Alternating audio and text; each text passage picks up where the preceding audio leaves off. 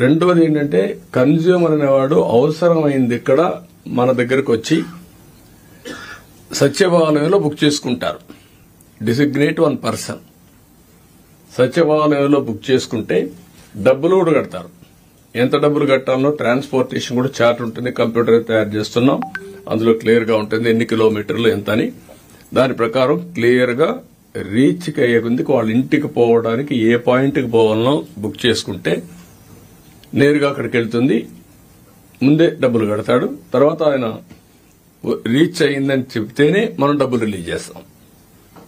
Number 2, all lorries Uberisation.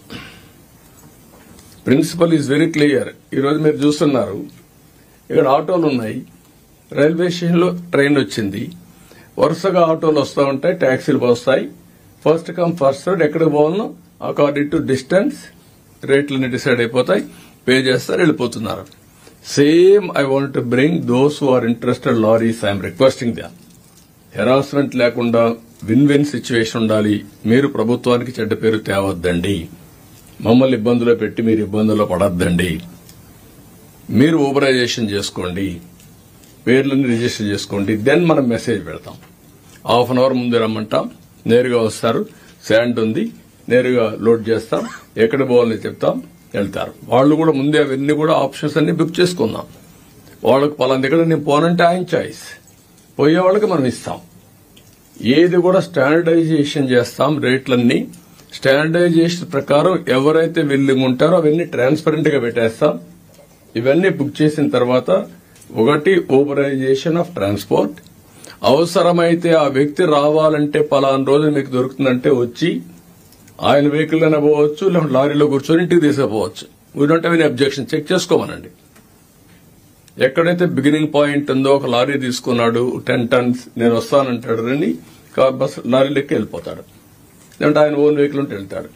But ఎట్టి పరిస్థితుల్లో దీన్ని మాత్రం ఈ 3 component excavation number 1, booking at సచివాలయం నెంబర్ 2, నెంబర్ 3 ఏదైతే లారీస్ ఊబరైజేషన్, ఈ 3 కంప్యూటరైజ్ చేస్తాం. Will keep before you. You have to act very firmly. Nobody should touch. ఇది ఏదైతే పేదవాళ్లకు ఉపయోగపడి మనం ఇప్పుడు రోటీ, కపడా, మకాన్ అంటాం. ఆహారం, దుస్తులు, ఇల్లు, ఇది ఇంటికి కావాల్సిన ఇసుక. అది కాకుండా it is the right of the common man. Nature లో వచ్చిన ఇసుకని కొంతమంది ఇష్టానుసారంగా చేయడం చాలా దుర్మార్గం. పోయిన గవర్నమెంట్ చాలా జరిగాయి. దానిపైన కూడా ఇప్పటికే ఎంక్వైరీలు జరుగుతున్నాయి. కడాన సుప్రీంకోర్టు చెప్పినా భయపడలేని పరిస్థితికి వచ్చాం. ఇమ్యూనిటీ, దానికి కూడా సుప్రీంకోర్టును కూడా మభ్య పెట్టడానికి తప్పుడు సర్టిఫికెట్లు ఇచ్చారు. ఒక విషయం మీరు గుర్తుపెట్టుకోవాలి, టెక్నాలజీ ద్వారా ఇన్వెస్టిగేషన్ చేస్తే అన్ని దొరుకుతారు, ఎవడో తప్పించుకోలేండి. అందుకే చెప్తాను, శాండ్ విషయంలో కూడా నో కాంప్రమైజ్. చాలా ఇర్రెగ్యులారిటీస్ వచ్చాయి. ఇప్పటికే అక్కడ కన్సర్న్ ఆఫీసర్ పైన యాక్షన్ తీసుకోమన్నాం. ఇప్పుడు నేను ఆర్డర్ చేస్తున్నా, సిబిసిఐడి ఎంక్వైరీ చేస్తాం.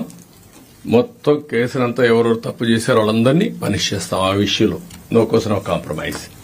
ఇక్కడ నేను మిమ్మల్ని కోరేది, మీరు ఎక్కడా రాజీ పడకుండా దీన్ని ట్రాన్స్పరెంట్ గా ఎస్టాబ్లిష్ చేయడానికి చేయమని మిమ్మల్ని కోరుతున్నా.